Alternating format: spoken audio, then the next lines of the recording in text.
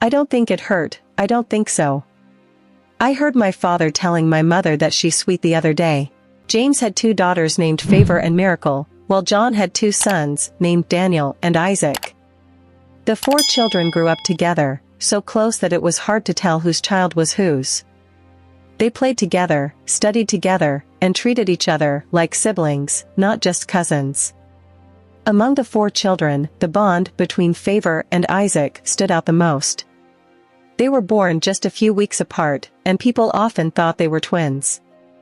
Wherever one went, the other was always nearby. It was as if they couldn't be separated. Favor and Isaac shared everything. They loved the same books, helped each other with school assignments, and spent most of their free time together. If Isaac struggled with a school subject, Favor was the first to help him. And when Favor was upset or feeling down, it was always Isaac who could cheer her up with his jokes or comforting words. Their friendship was something special, pure and unbreakable. Everyone who saw them together admired the way they cared for each other. It was clear that the same deep bond their fathers shared had been passed down to them, making their connection even stronger. As Favor and Isaac grew into teenagers, they began to notice changes in themselves and each other. Favor started to bloom like a beautiful flower, her appearance becoming more graceful and mature. Isaac, on the other hand, was showing signs of masculinity, his voice deepening and his frame growing broader. Despite these changes, the bond they shared remained pure and untainted, built on years of friendship and trust. One night, while John and his wife were in their bedroom talking, their soft giggles echoed through the quiet house. The sound caught Favor's attention as she lay in the other room. Her curiosity was piqued. Why did her parents giggle so much at night? And what was the strange noise that always followed? Unable to resist, Favor tiptoed toward her parents' room. She stood by the door, her heart beating fast, and slowly pushed it open just a crack to peek inside. What he saw confused her teenage mind. Her parents were doing something she had never seen before. They were close to each other, their movements and expressions unusual. But what puzzled her most was the strange noises they made, sounds she didn't understand. Favor stood there for a moment, frozen with curiosity. She didn't know what to think. Her mind was filled with questions. What were they doing? Why did they make those noises? She quietly stepped back and returned to her room, her thoughts racing as she tried to make sense of what she had just seen. The next day, Favor couldn't stop thinking about what she had seen her parents doing the night before. The strange image kept playing in her mind, and her curiosity grew stronger. She decided to talk to Isaac about it. When they were alone, she leaned in and whispered, "Isaac, last night I saw my parents doing something strange in their room." Isaac raised an eyebrow, curious. "What do you mean, strange?" he asked. Favor explained what she had seen, describing the movements and the sounds. Isaac chuckled and said, "Oh, that's just adult stuff." Favor looked at him with wide eyes. "Really? You know about this?" she asked, surprised. "Yes, Favor. I've seen my parents doing it before too," Isaac admitted casually. "And I've also seen it on the internet." Favor's surprise turned into curiosity. "Show me," she said eagerly. "Show you what?" Isaac asked, pretending not to understand. "You know, the adult stuff." Favor replied.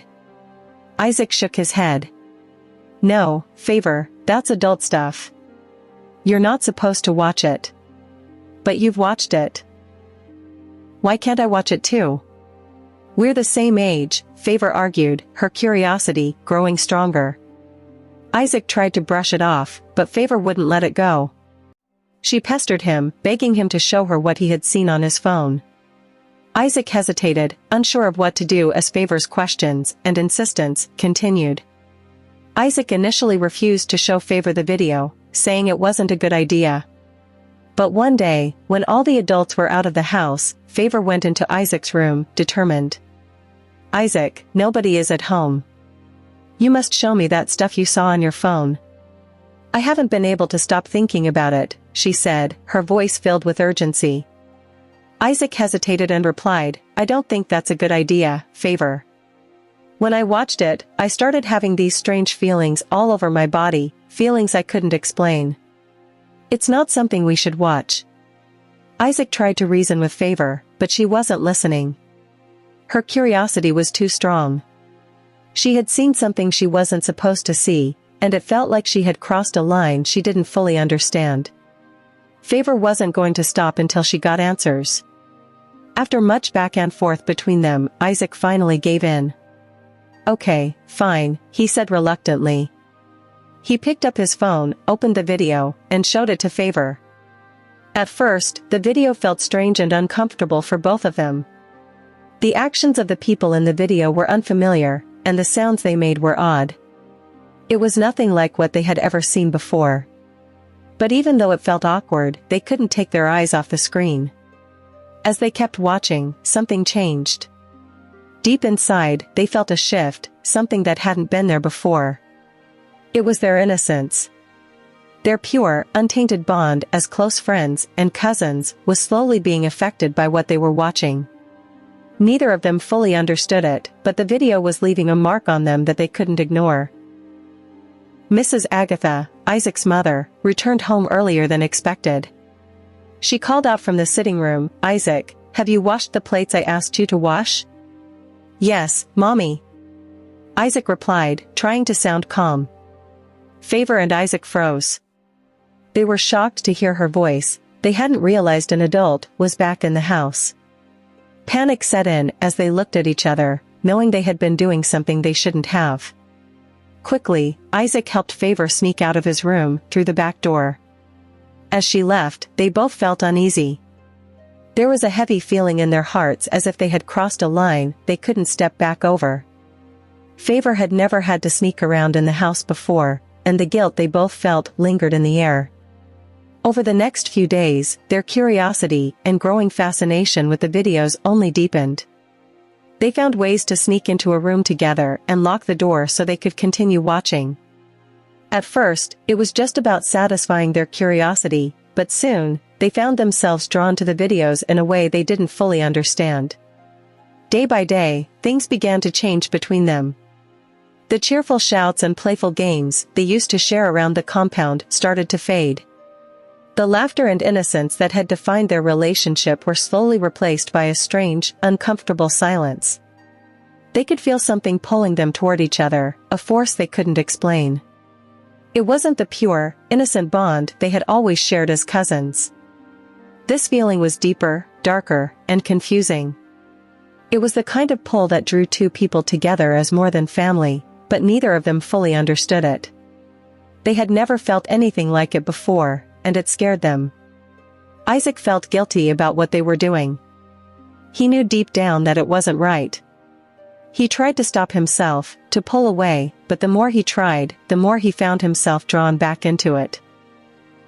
It was as if something had taken hold of him, and he didn't know how to break free. Both Favor and Isaac felt trapped by the secret they wrote, but they couldn't tell anyone. Instead, they carried the weight of it silently, not knowing what to do or how to escape the growing tension between them. The next day, as Isaac and Favor were walking home from school, Favor turned to Isaac and said, "Isaac, we will practice what we watched today when we get home." Isaac looked at her with hesitation. "Are you sure about this, Favor? Will Mom and Dad be proud of us if we do that?" he asked nervously. "It doesn't matter," Favor replied quickly, her voice firm. Her curiosity had grown so much that she didn't seem to care about anything else. When they got home, Favor wasted no time. She headed straight into Isaac's room, waiting for him to join her. Isaac followed, still unsure about what they were about to do. Before anything could happen, though, Daniel, Isaac's younger brother, burst into the room. "Isaac, let's go and play ball," Daniel shouted excitedly, not noticing the tension between Isaac and Favor. Isaac quickly used the moment to avoid the situation. "Yes, let's go," he said, grabbing the opportunity to escape what Favor wanted to do. But Favor was becoming desperate. The videos they had been watching had left her curious and restless, and her desire to act on what she had seen was growing stronger. Even though Isaac felt uneasy and hesitant, Favor's determination was beginning to create more tension between them. Something had changed in her, and it was clear she wasn't ready to let this go. As the weeks went by, Favor and Isaac couldn't find a place to practice what they had been watching. They tried sneaking into rooms at home, but always risked being caught. Frustrated and determined, they decided to find somewhere else, somewhere private.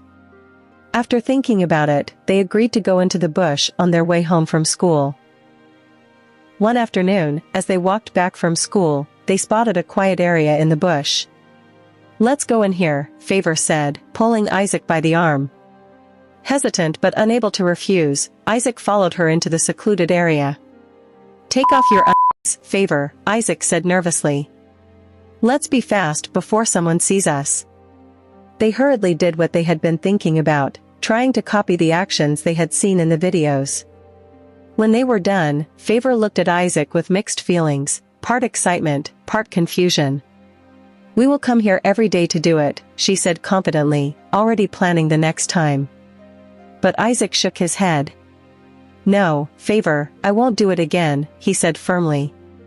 His voice was filled with guilt and regret. "My conscience is judging me."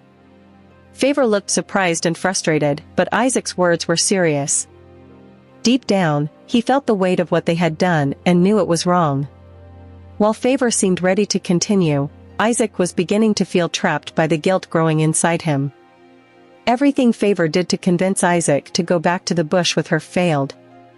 Isaac was firm in his decision, fighting the guilt that weighed heavily on his conscience. While Favor wanted more, Isaac's refusal only grew stronger. 2 weeks later, Favor suddenly fell sick. She was vomiting and feeling weak.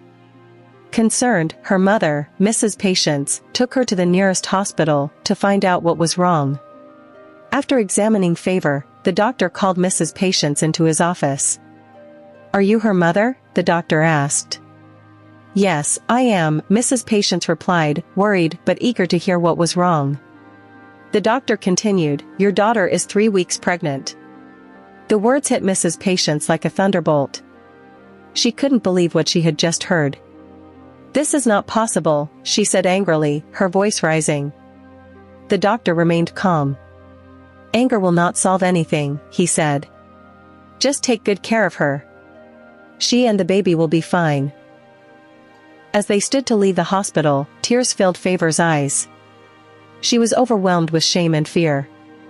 In her mind, one thought kept repeating, "How do I tell my mother that Isaac, my brother, is the one responsible for my pregnancy?" Favor's heart felt heavy, and her silence only deepened as they walked back home.